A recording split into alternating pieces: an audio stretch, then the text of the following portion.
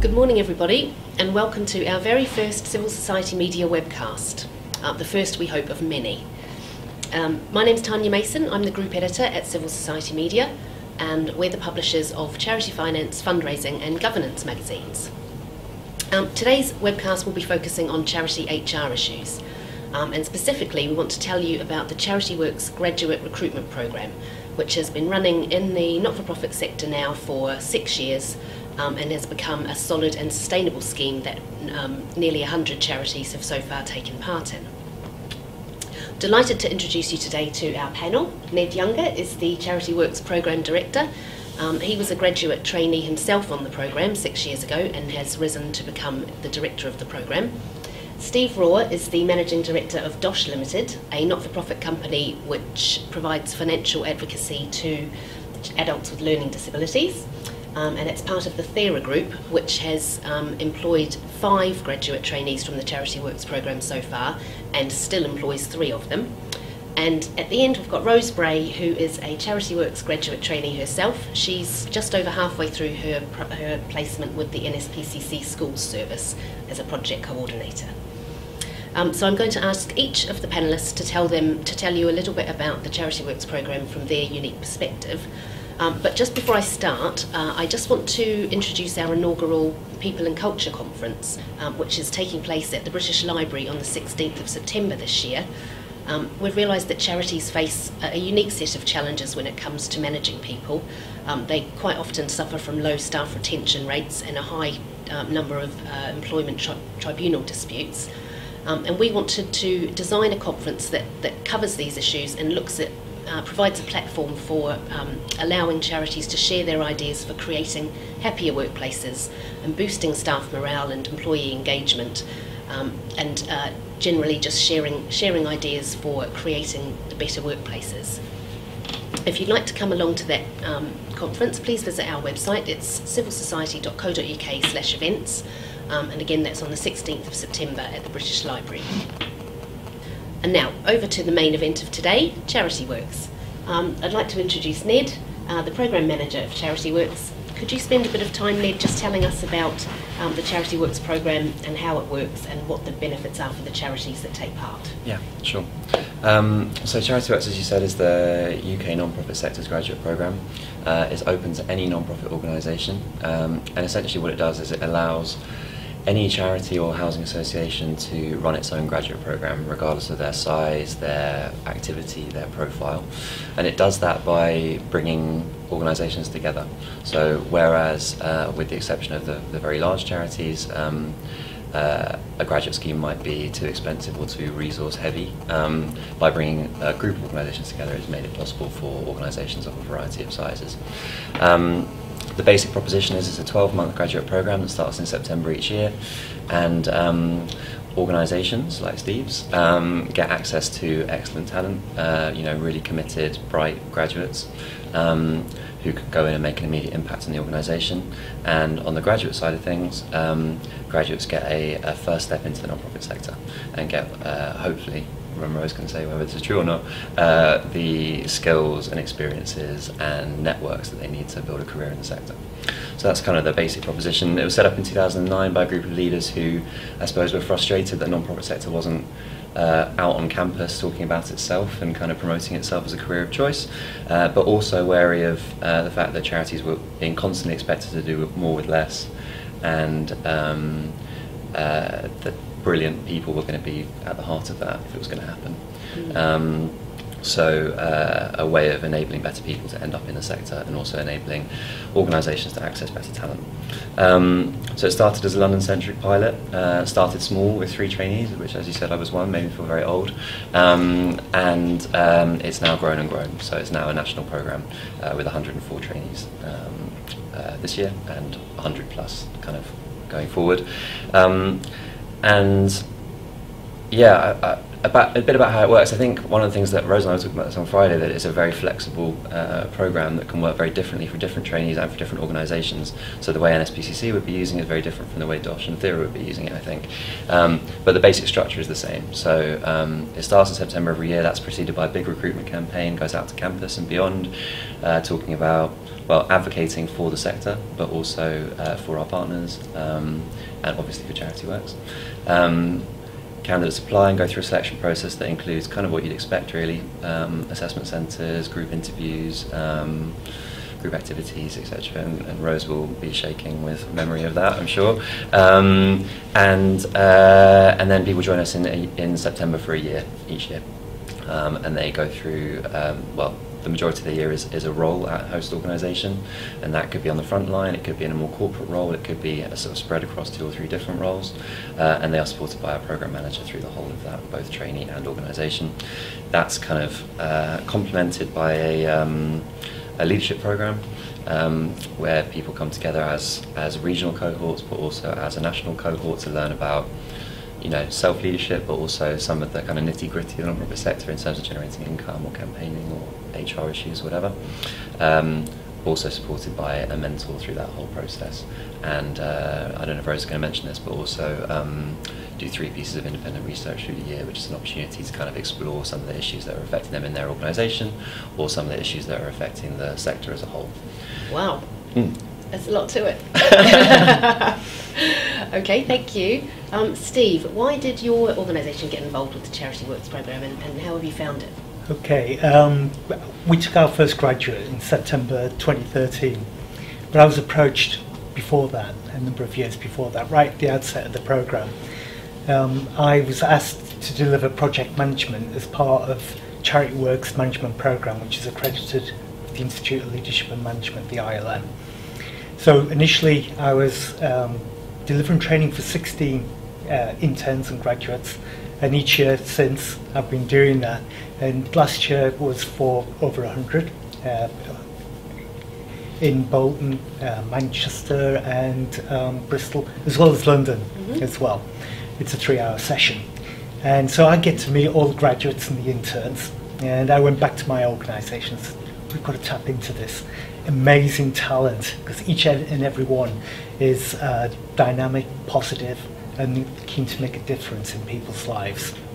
So I was rewarded by bringing Charityworks to the attention of my organisation, and I was rewarded with an intern and a graduate for my company. So I created a wish list. I needed research, I needed new products and new services for our company. I wanted to develop our marketing strategy, and I needed to make our policies more accessible for people with learning disabilities. But with talent management and the graduates and interns, you need to create space for people to innovate and do their own thing within the company. And that's what I got with our first graduate. So have a look on our website, dosh.org. There's lots of examples of our graduates' work, access to banking with learning disabilities. That's something that she researched and published and worked with a number of national forums and groups. She's on a lot of our focus groups and policy groups within our organisation. The graduate delivers training and presentations to families, to providers. She project manages a number of our contracts for us, as well as doing her core role, and that is of a financial advocate. She supports about 30 people now in Derbyshire, in Derby City. Okay. Even though she didn't have any previous background, I was very confident, because of my knowledge of graduates and interns, that she would really do well in this role, and she has. Lots of pressure on me from my team, so we recruited her, and now she's a permanent member of our team. I now have another graduate, and that graduate is filling a defined role within our organisation. It would have been cheaper if we'd have gone outside and just recruited a financial assistant with financial qualifications, but I wanted a return on our investment. I wanted something more and the added value that that person would bring, and she's doing that for us as a team. How much does it cost? £20,000. £4,000 of that is training. Right. Each of our graduates has support from a program manager. They're regularly supervisions. That's where I was last week as part of one of the reviews for our graduate. Would I recommend it to other charities? Absolutely, absolutely. It's a great, it'll save you money. It will bring your organisation and company, has for us, 6 months forward for our aims and objectives. Right, okay. That's what our graduates have done for us. But my recommendation is that you have a clear role for the graduate that you're going to be taking on. Have an action plan. Stretch the graduate and intern as much as you can. They will love it, and it will make a difference because they're key to make a difference. Oh, that's brilliant. Thanks very much, Steve. Rose, does that echo your experience of the Charityworks programme so far? Yeah, definitely. So I kind of want to start off by saying, obviously, as Ned said, there are kind of over 100 undergraduate trainees on the programme, so I really can only speak from my experience, but I can kind of tell you a bit about that now, really. So I applied for the programme because as a student I really wanted to work in the charity sector, but I couldn't find many ways that felt like realistic options for me. A lot of the opportunities I found were unpaid or didn't seem to have a huge amount of opportunity for progression afterwards, and Charityworks offered a solution to those problems for me. Mm-hmm. So as you said, my role is at the NSPCC School Service, which is a safeguarding service that works with primary school children across the UK, and within that I'm a project coordinator. So I work on 3 main projects. The first of those is large-scale events where we bring together a cluster of local schools and deliver the service on a much larger scale. The second one is working on improving our volunteer recognition and communication. And the third is looking at how we can deliver our service to children in non-mainstream settings. So as you can see, kind of even just within my role, there's a huge amount of variety. Mm-hmm. And I think that's something I'd really like to stress, in my experience anyway. Whilst I'm very much part of the Charityworks scheme, I really do feel like I have a full-time job, and that's where kind of most of my energy and time and focus goes in the year. But then on top of that, I get kind of the added support and benefits of the Charityworks scheme. So in terms of the scheme itself, obviously you've got the training days. So pretty much every 2 weeks I get to have a day out of the office, and go and have a training day with my cohort. And I think they're so valuable just because they give you a kind of overarching knowledge of lots of different elements of the sector. So everything from project management to equality and diversity to finance. And I can't imagine, I mean, I think if I was in a normal full-time role, it would have taken me years really to build up that kind of knowledge and experience that you do get to build up really, really quickly with the scheme. Right. On top of that, we get to do research projects. So I've been a bit cheeky and very lucky that Charityworks let me extend mine into one long 9,000 word project. And I'm focusing that on volunteer engagement and retention for my service. So within that, I suppose the charity really gets something back because you have someone doing very focused research on an actual kind of tangible issue for the host organisation, and I'll be making kind of real life recommendations. So that's the real value of the scheme for both parties. And normally the research projects are 3,000 words ones, are they? Yes, you normally do 3,000 across the year. Okay. And then as well as that, every graduate trainee is allocated a mentor who kind of supports you throughout the year. And I think because it's such a busy scheme and you're so kind of full on with the training and with your placement, it's really important to have that kind of formal time to take a step back and reflect on how you're doing, what you still want to improve on. So yeah, that's my experience really. Brilliant. Sounds like it's been a great success for all of you so far. They have to say. Can I just ask, who employs the graduate? Is the graduate employed by the NSPCC or DOSH, or is it employed by Charityworks? Yeah, it was actually the option for both now. So at first everyone was employed by Charityworks, but now Steve, as the kind of client, I guess, partner, has the option to either employ as DOSH or as Thera, right?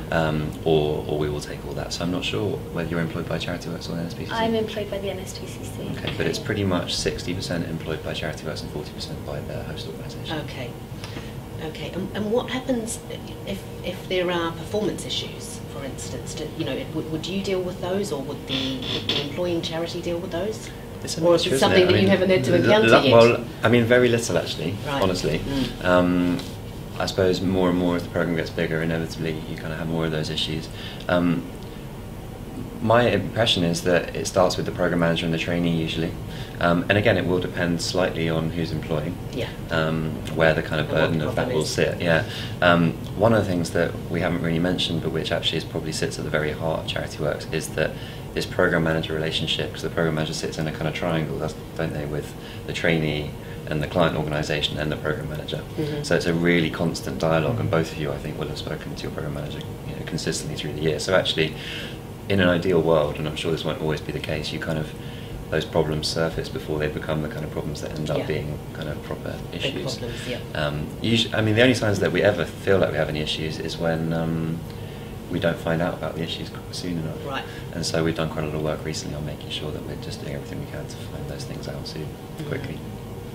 And how many applicants do you have to the programme?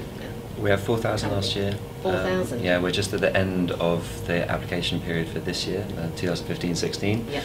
And sort of on track to be the same again, basically. Wow. So yeah, lots. So you could do with a whole lot more charities signing up to take these graduates on. I do, that'd be very nice. And has the number of organisations that have taken part each year grown? Yeah, it has. It's been one of the things that we say most consistently, we're most proud of, is that the client retention rate across the years has been 93%. So most people who start with us kind of stay with us, and Steve's a really good example of that. Okay. Inevitably, last year we had a bit of funding from the Cabinet Office to scale. Mm-hmm. I think we'd have done it anyway. We got some funding as well, and through that process, inevitably we engaged a lot more organisations. Yeah. So last year was a jump. This year won't be as big a jump, mm-hmm. But yeah. There are lots of organisations and a real range as well. From the NSPCC to DOSH is already enough of a range, right? But it's a real range. And what is the proportion of graduates that have taken part over the years that are still employed in the voluntary sector? I think it's 98%. Wow. And 2/3 have stayed in their, to date at least, 2/3 have stayed in their host organisation, even though there's no, Steve had no kind of, wasn't forced to take on Micah at the end of the year. Forced by your team, but not by Charityworks. And likewise, Rose has no obligation to stay at the end of the year, but might if she was offered something. So no obligation, but 2/3 have stayed so far. Right. Okay.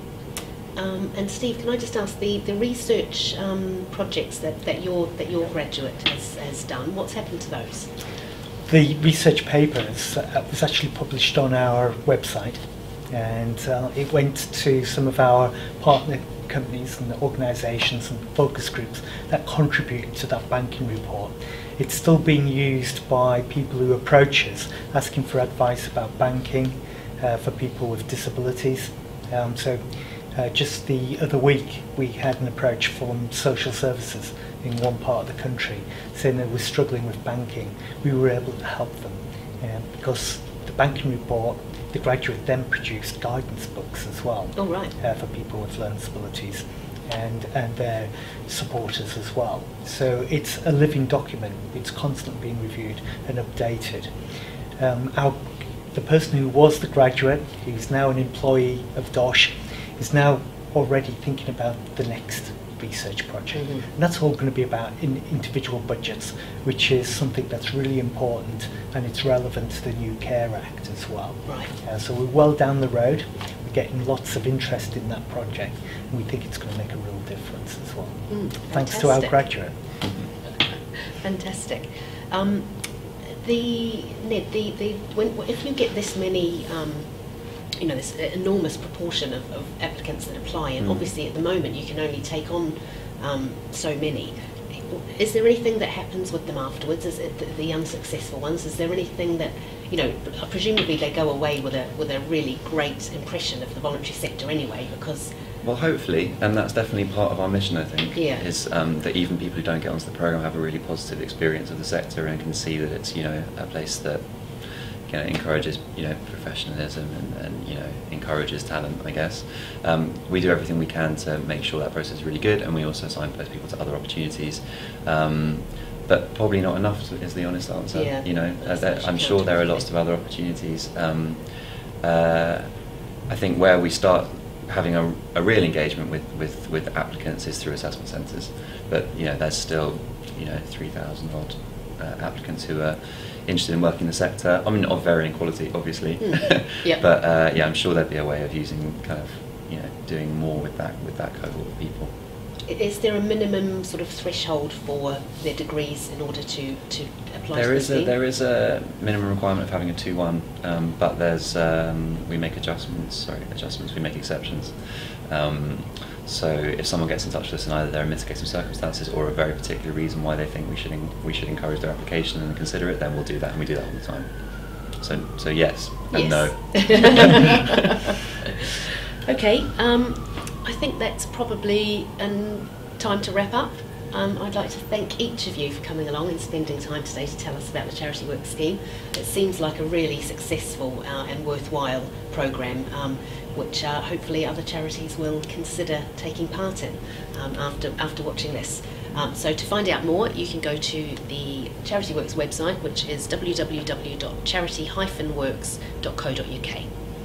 Thank you for watching, and enjoy the rest of your day.